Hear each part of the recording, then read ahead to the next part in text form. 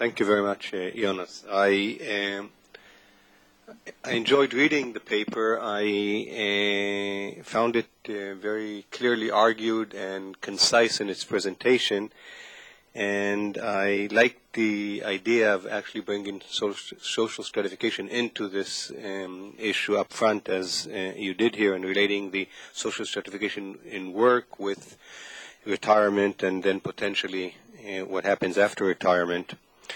I think it also makes good use of the shared data and in some innovative ways, especially to sort out the different types of retirement paths. And I applaud actually the use of or the introduction of gender and class interactions into this framework. And in fact, some of the findings are not that intuitive in terms of how this actually works out.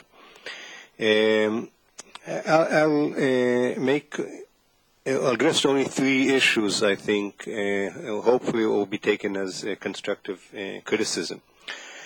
The first one is the issue of linking the class structure framework to the retirement issue, which intuitively makes good sense, but I think the link is somewhat underdeveloped in the paper, because you start out with the push and pull factors, and then it is not clear whether the classes are simple intersections of these two forces. For instance, with the self-employed, you'd have a weak pull and weak push, and sort of they intersect there, and you get what happens with the self-employed. Or does the class represent more than just this intersection, sort of has additional relevant attributes that are important for these decisions, whether these issues of class power, type of contract, and so on. The second issue related to class is that it's not always clear how class is being used here, because at some points in the paper you refer to this as a occupational hierarchy. You say something to the effect that groups of workers who retire latest are found at the upper and lower ranks of the occupational ladder. So at some points one thinks of this class structure as simply ordered as sort of occupational groups, but it starts out with essentially with the Goldthorpe-Erickson class schema, which is not supposed to be hierarchical, or at least not fully hierarchical. And I think a better case can be made for the differences between the groups if we don't use the hierarchy.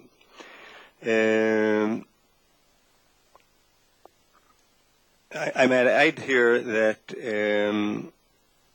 as I said, I like the idea of linking gender and class, and as I was reading that, I was thinking of the work of Hadass Mendel here in the department, and some of the work with Mike Shalev, specifically on this, and I actually could link this to the broader literature of how gender and class actually fit in. So that's one point I'd like to make, which is more in terms of making a more forceful case, I think, for class and the analytic concept of class as it might be related to retirement, and not simply occupational ladder. Second point has to do with the analysis. I would have liked to see, I think, more discussion of, and this may be simply because you were very short in this particular presentation, more discussion of the model and its assumptions, and the issue of entry into risk and the baseline hazard, for instance, that you use there. So I think there's sort of mentioning of a few things, but one has to sort of take a lot for granted, or at least assume things that were done, when I think you can actually spell that out. Another issue with the analysis is what seemed to me at times findings that are not easily explained, and that makes one wonder how robust the model is, or what is going on there aside from the argument you present. For instance, take an issue close to me after the previous paper, the number of grandchildren. I believe the finding in Table 3, where you have the competing risks, suggests that the number of grandchildren affects only involuntary retirement. So the larger number of the larger the number of grandchildren, the earlier the transition. And the question is why. On the other hand, there is no effect on the voluntary retirement, and at least intuitively, I would assume that that's where this effect would come in. So grandchildren in this case, maybe our case as well, I'm not saying, maybe measuring some other aspect of class, so to speak, which has to do with large families, not captured by the schema. I'm not sure, but I think that's at least one plausible interpretation. Also, you mentioned that the upper salariat and the routine manual do not differ significantly in the propensity for involuntary retirement, which is the finding, but I'm not sure what the theoretical argument would actually be that would be behind such a finding, especially whereas the skilled workers are more likely, I believe, to have a higher propensity to retire or to retire earlier in that case. And voluntary retirement is essentially based on some idea of a pull factor. So it's not at all clear why the skilled would have a higher sort of pull effect than the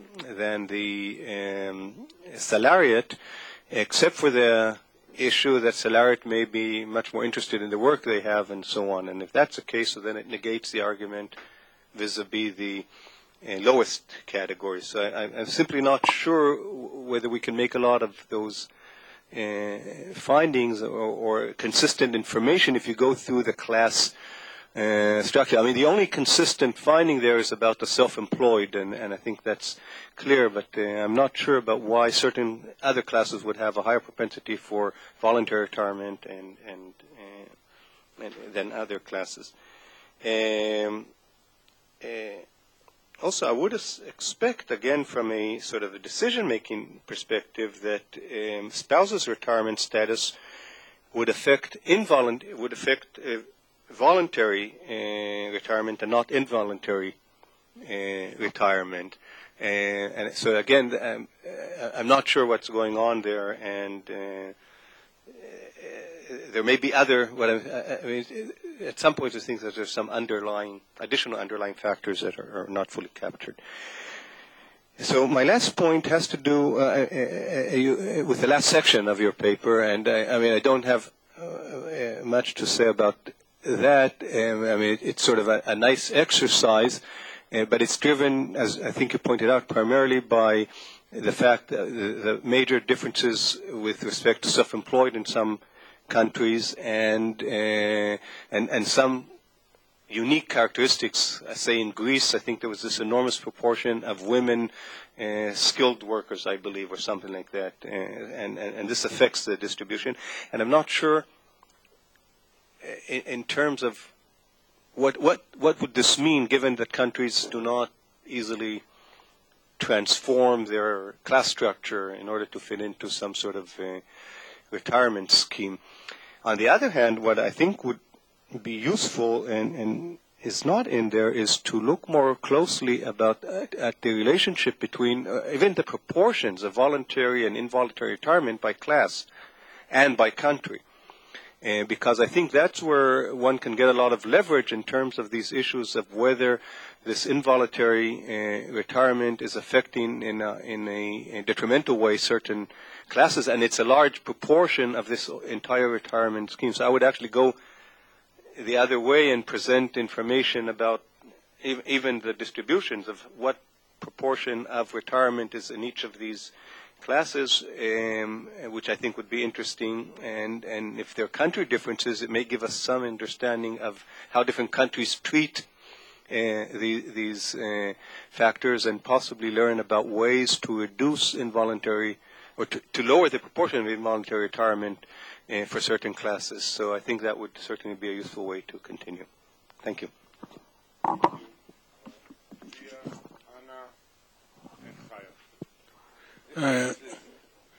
I want to go back to your motivation.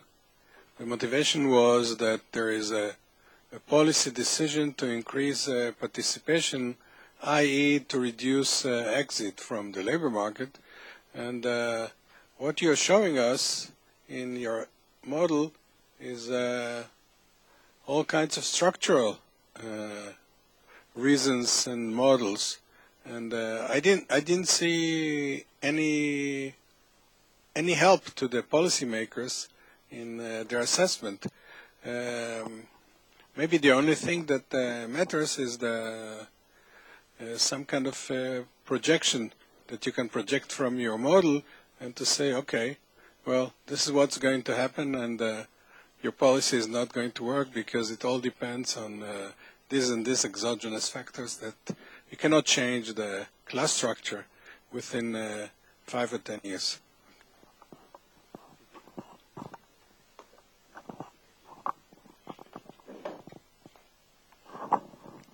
Thank you. I have 3 questions, and they're all methodological.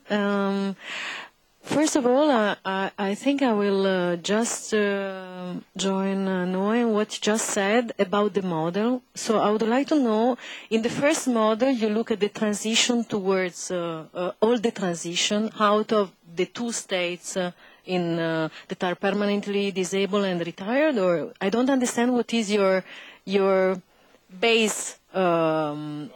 Okay, so that's so the transition are towards permanently disabled and retirement, or in the first model. Oh, okay, so that's the first question is about the baseline hazard. The duration is the duration of employment, I think, what you are looking at. Yeah, and my main point is concerns first, what about the beginning of this spell? So do we have any problem of left censoring? How do you treat this? So you observe the beginning of the spell of employment up to retirement. If not, how many observations can be biased about this? Second, you don't show the baseline hazard. You just say yes, but the point is that you don't control for an observed heterogeneity, and we all know that when we have a negative duration dependence, you can have a bias. If you have, especially in this kind of model, the model is very nice because it's piecewise constant, so it's very flexible, but at the same time, it's important to have an idea on the duration dependence to know if there's something going on, and you can control with Deckman and Singer procedure, so imagine very well about this. So this is my first question. What about the start, so left censoring? What about an observed heterogeneity?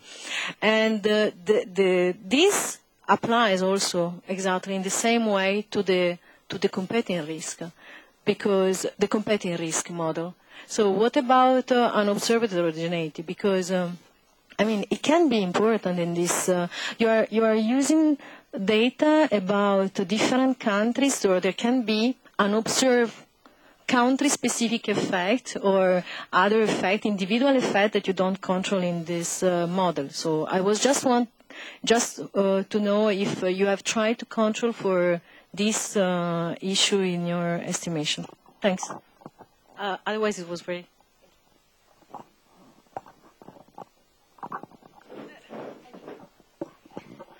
Okay. Although I like very much to do work on different countries, I wonder if it's very good to pull all countries together, given that there are differences in age of retirement or norms of retirement. I wonder if the employment relations within each class are the same across countries. For example, pension rights for let's say, working class people are the same in the same countries and so on. So, well, if you had some multi-level analysis, it could be great. I know you can't, but this is something to think about. And also, if we talk about women, and this may pertain to your paper as well, there is a different selection of women to the labor force, and you're looking only on working women. And it's a very good idea to think of where they started or when they started, since men start early, but women may differ in the different countries. It may affect the results as well.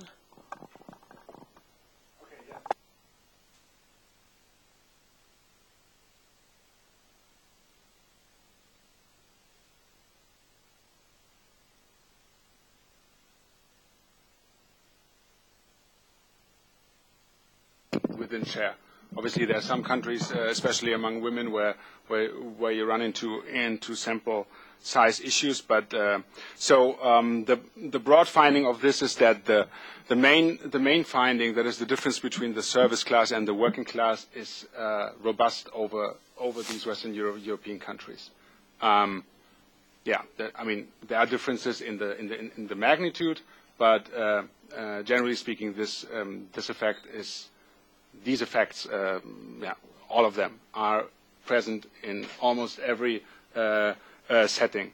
The same is not true for the bit more difficult, and this relates to your comments, to classify groups as are lower sales and service and intermediary occupations. So in these classes, and also to some extent the lower service class. So here, where we have a high share of female workers, there's more country heterogeneity. So there, what I showed to you is just the representation of Western Europe with its population sizes. So I mean, to the extent that we are willing to make this to regard Western Europe as one demographic entity, within a multi-level structure of countries within, regions within countries and countries within the EU. I think that is just a more efficient way to present these results as go far back to the country level. I also did in my dissertation actually very similar models for Germany and Spain, specifically using different data, national labor force surveys. And there, so the main findings in terms of the difference between working class and service class, that's the one I'm most interested in. Although you're right that there's other things in the occupational in the plurality of occupations that we could also look into more deeper, where it's also more difficult to generate hypotheses. And then Anna, so your comments about I'm not sure if I understood right what you refer to with the unobserved heterogeneity, because I mean, you can of course run frailty models, but I mean, I'm not convinced this helps at all. I think this is really just introducing more noise, and you do not learn anything because you do not know what you're actually putting into these models. What I did is in fact to control for duration dependence. So the main finding from that is that the push effects that I showed you, the class-specific effects on involuntary exit from work, are stronger during the 50s than they are later on. So it's in this first part of the late career that push factors matter most. Afterwards, they are less pronounced, or even in some comparisons insignificant. The left censoring self-selection thing. I mean, this is just a very. I mean, it sounds like a technical question, but it's actually a very deep question about the meaning of retirement. Because, yes, we could ask what happens if we look at this as a selected group, but it's not really clear what that actually means. Because if we think of retirement as something distinct from inactivity during the early life course. Yeah, so for instance, in people's 30s, when they have their children and so on, some stay home if we look at that as retirement, then we can, of course, think, okay, so then here we have a selected sample. If we think this is just a different issue, then I think it's not straightforward. But I did run some duration selection models to try to tease this out. I mean, you have a problem because the selection equation and the outcome equation is just very difficult to make a case why. I mean, what is an instrumental variable here which you can use? But so I tried this with education and a number of children for the Spanish and for the German analyses, and the result was yes, these factors matter, and we have a highly selected sample, especially for women. But the outcomes, so the way these predictors are shaped was not affected by the fact that we have a selected sample. I should add that these kind of models are still in the early stages of their development, so this is kind of cutting-edge statistical development. So I hope there to be soon more sophisticated models available to tease these things out a bit more, because I'm actually not too convinced by these findings. But this is what I can report. Honestly, there seems to be no bias. But yes, it's really also a conceptual issue.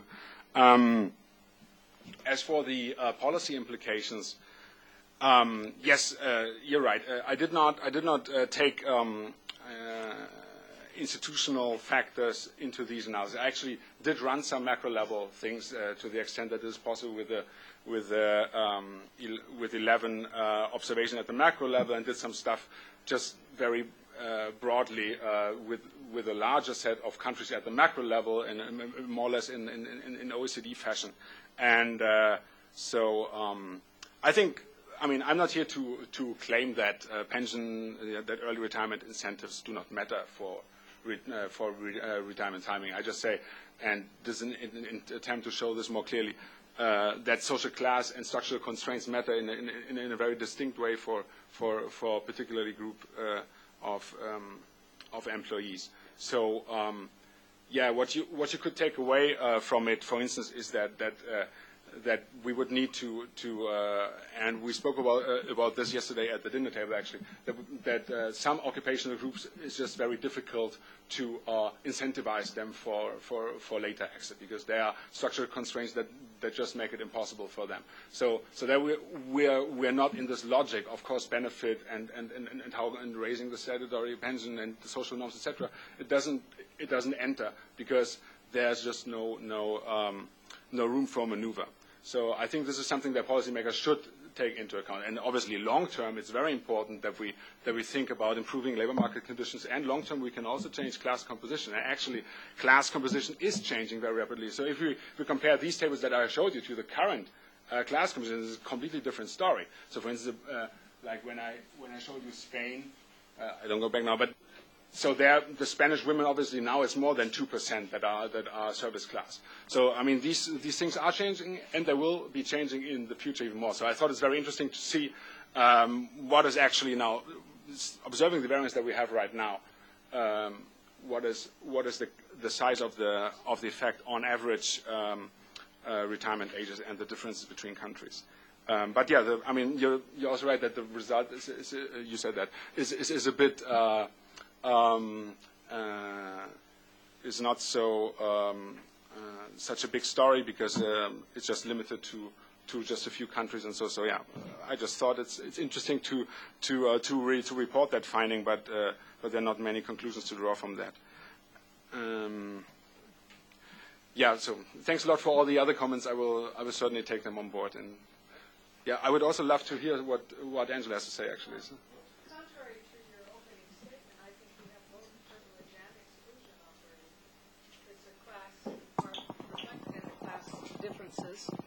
And that's certainly what happens in the United States. It's just how you can capture it with measure. And perhaps the class variable is, as you say, it's a moving target in these societies. And when were the classifications most recently developed or updated? Which one? The class? The The class. The class schema. This is from 2006. So it's very recent. Yeah. Though maybe based on earlier data. Yes, it is. Yeah. No, not the data, but the conception is earlier. But the data. Okay. The data is a shared data. So it's 2004, 2005. Or you mean the data that was used to validate the class schemes? No. Yes, the data to validate the class schemes. Oh yeah. That's also beginning of the 2000s. Yeah, they're very. And I think the involuntary exit findings do have some problems with unobserved heterogeneity. In which one? The competing risk models. Spouse retired model. Yeah. Spouse retired model variable and the. No, it's not this table actually. It's the other one. Yeah. Yeah. There were two. There was No, one yeah. schema and then in the family. Let me acknowledge that it's really true that the competing risk model is. I mean, I think it's a good way to think about these things. But the variable that I was able to use using this subjective reason is just not ideal. It's better to have an objective pathway route where you see if people actually exit through unemployment, through disability, etc., and not having to rely at least exclusively on what they think that the reason was. I mean, yeah, I think that's a big part of the explanation between some of the incoherences that I do acknowledge. Thank you. Thank you, Jonas. Thank you, Noach. I would like, if I may,